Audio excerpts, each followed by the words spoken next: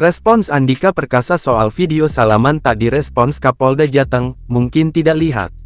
Calon Gubernur Jawa Tengah nomor urut 1 Andika Perkasa menanggapi video viral yang menunjukkan momen dirinya tampak diacuhkan saat mengajak bersamalan Kapolda Irjen Pol Ribut Hariwibowo dan Pj Gubernur Nana Sujana. Andika menduga, keduanya mungkin tidak melihat dirinya. Sehingga, perbuatan diduga mengacuhkan ajakan salamannya dinilainya tidak disengaja. Bagi saya mungkin enggak lihat.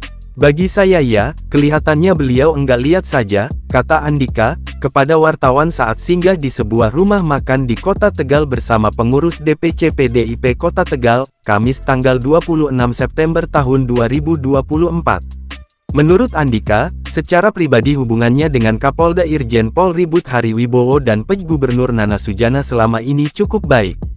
Bahkan, sempat ngobrol akrab di ruang transit saat acara deklarasi kampanye damai yang diselenggarakan oleh KPUD Provinsi Jawa Tengah pada Selasa tanggal 24 September tahun 2024. Kami hubungan baik. Saya dengan pejabat gubernur juga kenal sudah lama sekali. Kami juga ngobrol pada saat transit kemarin, dengan Kapolda juga kami ngobrol banyak pada saat transit, kata Andika.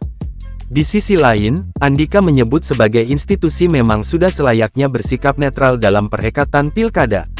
Andika pun menyatakan akan mengikuti setiap peraturan dari Komisi Pemilihan Umum (KPU) dalam proses tahapan pilkada.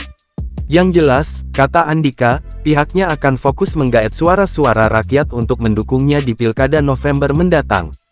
Kami akan menuruti peraturan. Aturan main sudah baku. Institusi harus netral. Kami harus patuh. Ke depan fokus kantong-kantong suara yang memang memiliki karyawan, komunitas, yang memiliki suara signifikan.